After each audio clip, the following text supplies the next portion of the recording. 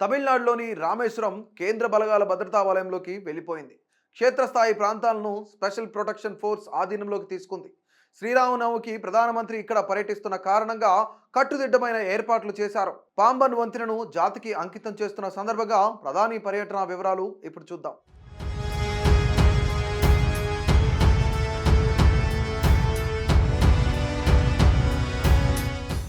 ఈ నెల 6వ తేదీన ప్రధాని నరేంద్ర మోదీ రామేశ్వరం వెళ్లనున్న నేపథ్యంలో భద్రతా ఏర్పాట్లు చేస్తున్నారు.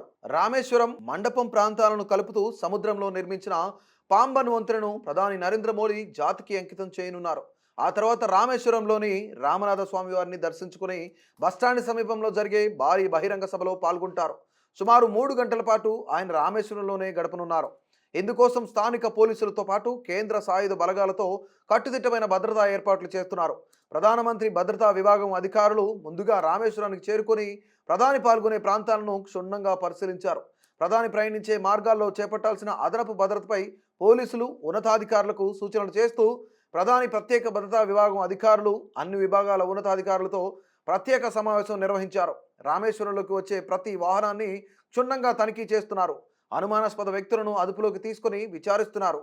బస్టాండ్ వద్ద నిర్మించిన వేదికను బాంబు స్క్వాడ్ తనిఖీ చేయగా ప్రధాని వచ్చి వెళ్లే రహదారి మార్గంలో సుమారు 20 కిలోమీటర్ల మేర రోడ్డుకు ఇరువైపులా భారీ గేట్లను అమర్చారు. ప్రధాని పర్యటన సందర్భంగా పాంబన్లోని మసీదు మినర్వాను టార్పలిన్తో కప్పివేయడం చర్చకు దారితీయడంతో స్పందించిన రాష్ట్ర ప్రభుత్వం దానిని తొలగించాలని ఆదేశించింది. కొత్త పాంబన్ వంతెన ప్రారంభోత్సవానికి ప్రధాని నరేంద్ర మోడీ రానున్న నేపథ్యంలో ఆ ప్రాంతంలోని మసీదు మినర్వాలను టార్పలిన్తో కప్పివేశారని, ఇలాంటి చర్యలు మత విద్వేషాలు రెచ్చగొట్టేలా ఉన్నాయని స్థానిక ముస్లింలు ఆగ్రహం వ్యక్తం చేశారు.